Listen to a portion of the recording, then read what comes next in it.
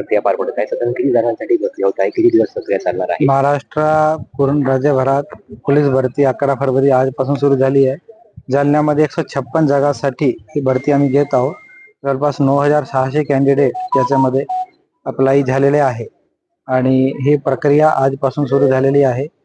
पूर्णपणे ट्रान्सपरन्सी राहिली पाहिजे त्यासाठी सगळी ठिकाणी कॅमेरा CCTV लावलेले आहे. प्रत्येक रिझल्ट आपण कॅमेराजनी पण रिव्हेरीफाय करण्याची सुविधा याच्यामध्ये दिलेली आहे. स्टॉपवॉच पण आहे आणि टेक्नॉलॉजी पण आहे आणि पूर्णपणे ट्रान्सपेरंट पद्धतीमध्ये भरती घेतली जाईल याची पूर्ण काळजी आम्ही घेत आहोत. तसेच यावेळी मी आपल्या माध्यमातून कॅन्डिडेट्सला आवाहन करतो की जर कोणी काही आमिष दाखवतो, तुम्हाला नोकरी लावून देतो, काही पैशाची मागणी करतो, तर अजिबात त्याच्या बळी पडू नको.